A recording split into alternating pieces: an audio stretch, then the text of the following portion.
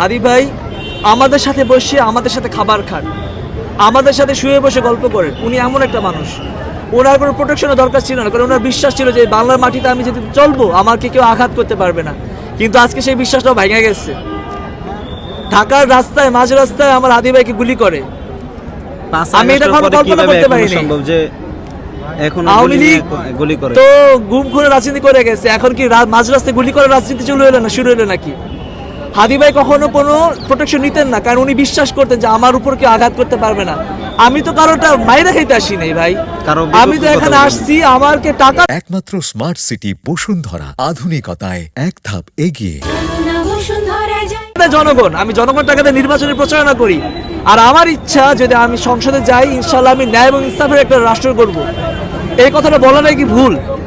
এই কথাটা বলার কারণে কোনো কি গুলি করলেন? এমন যদি করেন এই দেশটা টিকবে না। এমন যদি করেন এই বাংলাদেশে কোনো ভবিষ্যৎ নাই। হাদি ভাই কোনো প্রোটেকশন রাখেন না। হাদি ভাই নিজে একজন বাঘ, বাঘের কোনো প্রোটেকশন লাগে না।